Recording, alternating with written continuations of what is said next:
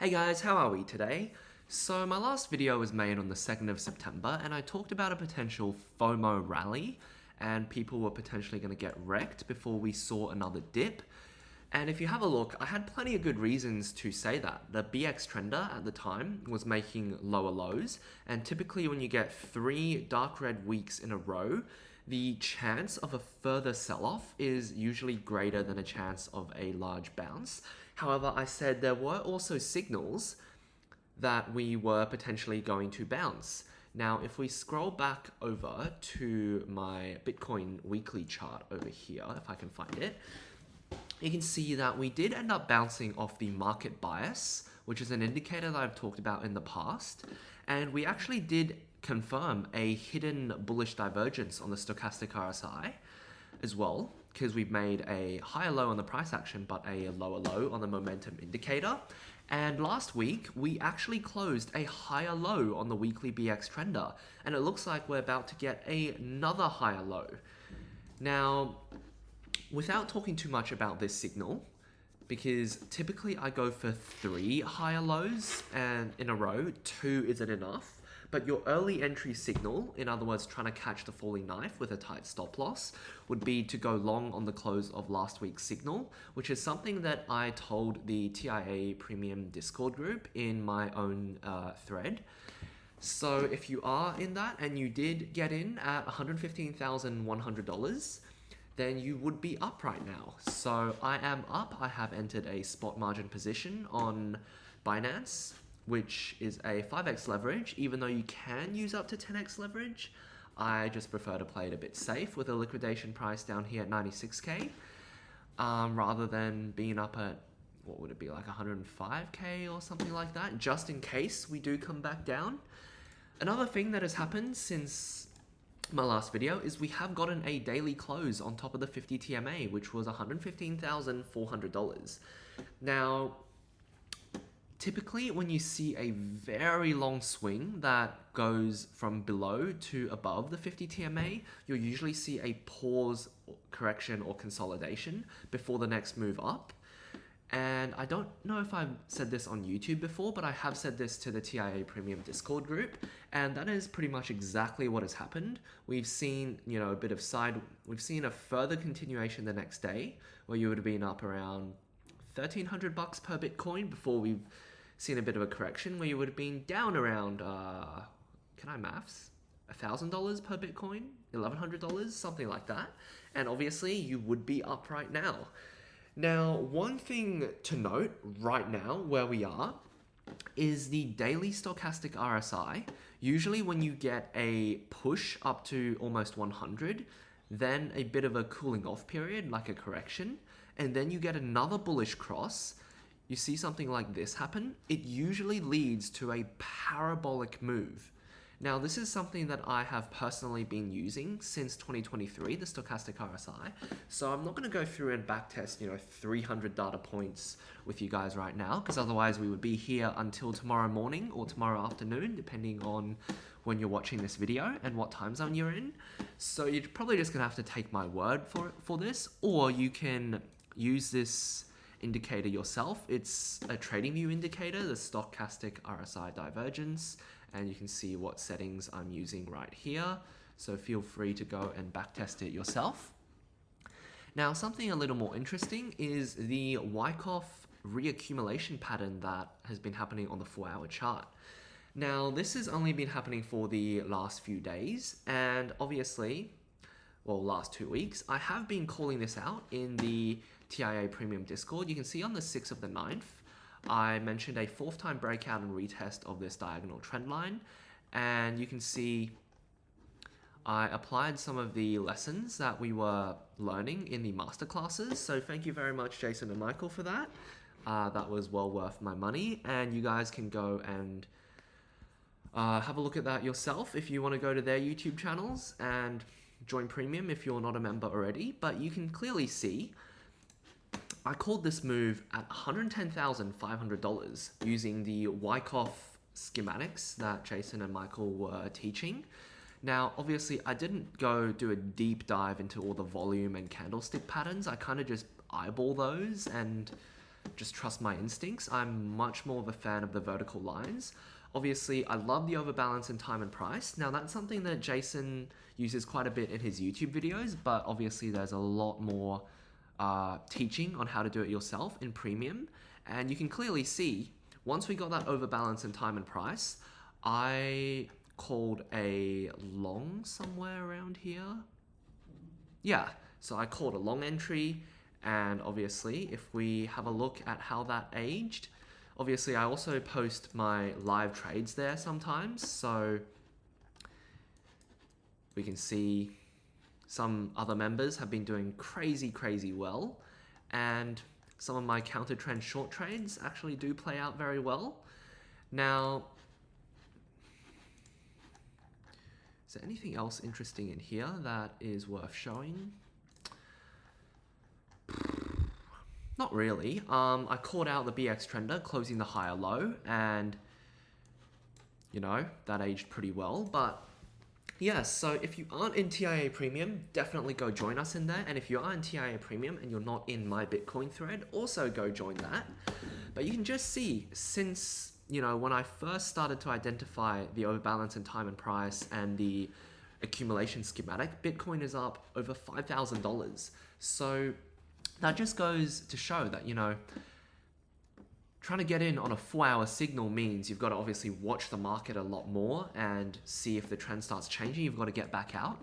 But if you wait for a daily or a weekly confirmation signal, you know, you're not going to snipe the exact low, you know, like getting in at 83K versus, you know, like 76K. You're paying a 10% premium per Bitcoin. But if you can ride that for many weeks and get out, you know, 113K, your 83K entry doesn't look so bad after all.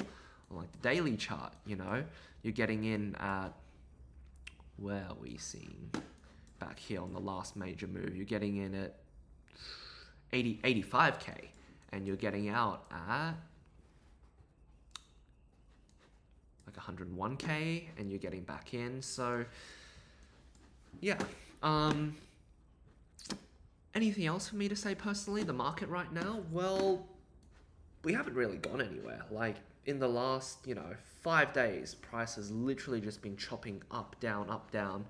We've had a few people calling out a megaphone pattern, both in the TIA Discord and in like the X space. And, you know, a megaphone pattern like this, which way does it break out? Personally, I don't really know. I don't trade these patterns very often. And if I do, I'm usually using like Investopedia or website as a reference to try and curve fit, because I have no idea what I'm doing regardless. But having a quick look at the USDT dominance, you can clearly see we have not confirmed the breakdown. You want to see dark red, lower lows on the USDT dominance to confirm a nice breakdown. But obviously lower highs is a great start. And we have rejected off this trend line here, which I probably stole off one of Jason's YouTube videos, because I definitely don't know where that comes from. And you can see we've rejected from the underside of the weekly 50 TMA. So, and our swing chart is down on the 2 bar and 3 bar. And it would be really nice to get that 1 bar turning down, which would probably also result in lower lows on the weekly BX Trender. And that would probably set up Bitcoin for its next move. Now, having a look at this Bitcoin chart right here, you can see we are chopping in between a whole bunch of trend lines, which I'm not going to dive into in this video, otherwise it would go on forever. But for now, I'm personally, you know, just riding all my trades. Now, I've closed out my 4-hour trades. I think I closed out the one that I entered 110K, somewhere around here, just because I was getting a whole bunch of bearish divergences on the 4-hour stochastic RSI. And, you know, $5,000 move per Bitcoin is pretty nice. But I have, you know, almost straight away jumped back into another trade because we were getting daily and weekly long signals. So, you know, not really much for me to say. If you are following Jason and Michael, you know that they posted something about us getting the lowest daily close in 3 years for the DXY. and we are getting a weekly lower high on the BX Trender. Now again, to see some really, really, really bullish price action, you would want to see potentially some, what do you even call that? Lower lows on the BX Trender. Now, one thing to note is the DXY, I find, doesn't have as much of a 1-1 correlation to crypto as the USDT dominance. So I would take the inverse signal with a slight grain of salt. You can see here, you know, crypto was rallying through here, obviously, end of 2024, but the DXY was going up. And that's pretty much it for this video. I mean,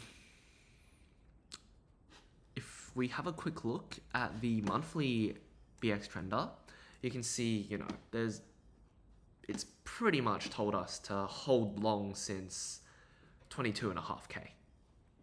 And that's pretty much it. Like, the monthly BX Trender for Bitcoin, I find much less useful than like the weekly BX Trender. Like, the monthly is really great for stocks, which I'm about to cover in a upcoming video.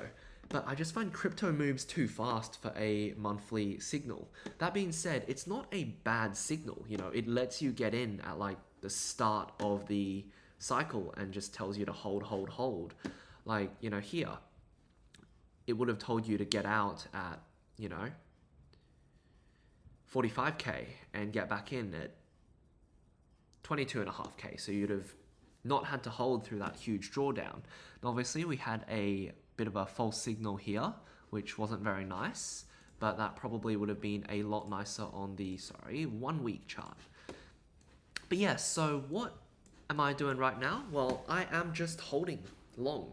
Not much else to say. There's FOMC coming up. I drew this inverse head and shoulders pattern, which has played out not exactly as nicely as I would have wanted it to, but that being said, since trends are up, one thing I like to say is when we're in an uptrend and you get a, let's say, bad event, whether it's like a war in the Middle East or, you know, Trump saying something, you often get a bit of a sell-off. Looks better on the weekly chart. You'll get a panic sell-off, but the higher time frame trend will continue very soon. But if you are in a downtrend and you get, you know, a big bad event like the tariff trade crash, it results in a much bigger sell-off. So even if, you know, they don't cut the interest rates and we get a sell-off, because the daily and weekly trends are up, I think we'll get a sell-off, obviously, but I think the market will start moving up afterwards. And obviously, since the daily and weekly trends are up, if they cut the interest rate by 50 basis points instead of 25, we will probably just explode to the upside. And, you know, that 120K target that I have drawn could get hit in like a single day. Anyways, that's it for today. Thank you all for watching, and please like, comment, and subscribe, and join TIA Premium if you're not in that. And if you are in that, join my Bitcoin thread. Peace out.